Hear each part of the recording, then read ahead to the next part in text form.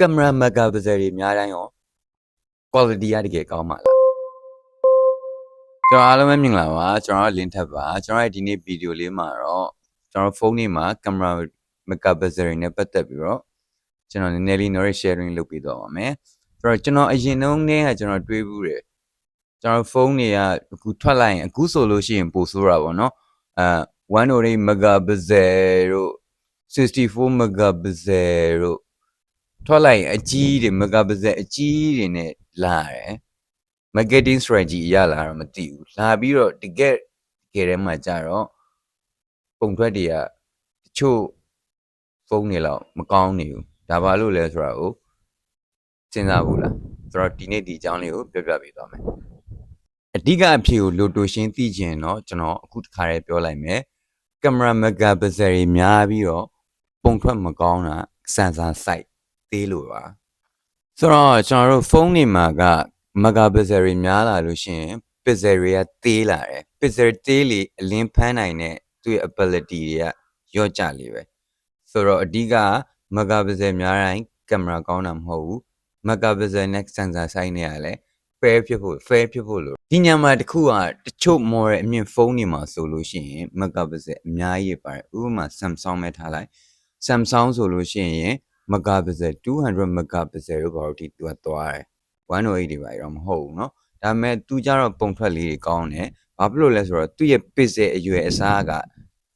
ကြီးလို့เนาะသူ့ရဲ့ pixel အရွယ်အစားကြီးကိုသူသုံးပေးထားတဲ့အတွက်ဓာတ်ပုံလေးကြီးလင်းတယ်ဆိုတော့ iPhone တွေမှာဆိုလို့ရှိရင်သူတို့ changes လုပ်လိုက်တာကတိတ်တောင်မှမကြသေးဘူး40 series မှာလာတော့မသိဘူး40လား50လားပေါ့เนาะ30လောက်အထိက12 megapixel အထိပဲသူသုံးထားတယ်ဒါပေမဲ့သူ့ရဲ့ပုံထွက်တွေကအရန်ကောင်းနေတယ်ဆိုတော့ iPhone နေမှာ12 megapixel ဆိုပေမဲ့သူ့ရဲ့ AI နဲ့ပုံကိုချိန်ညှိပြီးတော့အလင်းအရောင်အရေးအသွေးကိုသူက adjust လုပ်ပေးတယ် AI နဲ့ဆိုတော့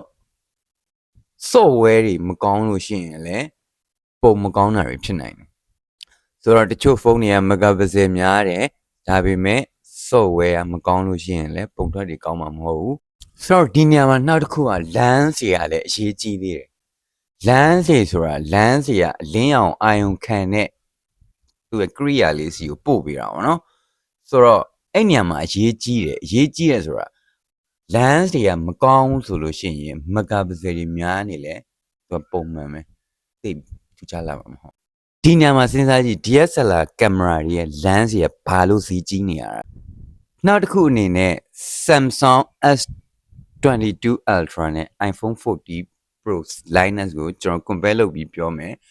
iPhone မှာ megapixel နည်းတယ်ဆိုပေမဲ့12 megapixel ပဲပါတယ်14 မှာတော့40 Pro မှာတော့48 megapixel ဖြစ်သွားပြီပေါ့နော်ဆိုတော့ megapixel နည်းပေမဲ့ iPhone မှာ sensor နဲ့ software ကောင်းတော့ဆိုတော့ low light နဲ့ညဘက်ပုံတွေပါသူကပို့ပြီးတော့ကြည်လင်တယ်ဆိုတော့ကိုကကင်မရာသုံးမှမလို့ဖုန်းတစ်လုံးဝယ်တော့မယ်ဆိုလို့ရှိရင် megapixel ကိုပဲတိတ်မကြည့်ပါနဲ့သူ့ရဲ့ sensor site တွေ pixel တွေ quality lens တွေဒါတွေမှကိုကနားမလည်ဘူးဆိုလို့ရှိရင်ဒီဟာတွေအကြောင်းနားလည်သူကိုခေါ်သွားပြီးတော့ဝယ်တာပိုကောင်းပါတယ်ဆိုတော့ကင်မရာအတွက်အဓိကသုံးမယ်ဆိုရင်ပေါ့နော်ပြီးလို့ရှိရင်အနောက်ဘက်နဲ့လည်းရိုက်ကြည့် selfie camera နဲ့လည်းရိုက်ကြည့်ဒီညမှာတခုပြောချင်တာသွားဝင်စိုက်နေမှာသူတို့ lighting တွေအရန်ပေးထားတာဖြစ်တဲ့အတွက်ကင်မရာကောင်းနေနိုင်တယ်ဆိုတော့ lighting မရှိတဲ့နေရာလေးတွေမှာလည်းတော့ရိုက်ကြည့်ပါနော်ဆိုတော့အားလုံးကျေးဇူးတင်ပါတယ်ဒီဗီဒီယိုလေးကိုကြိုက်နေတဲ့ like and share လေးလည်းလုပ်ပေးခဲ့ပါအောင်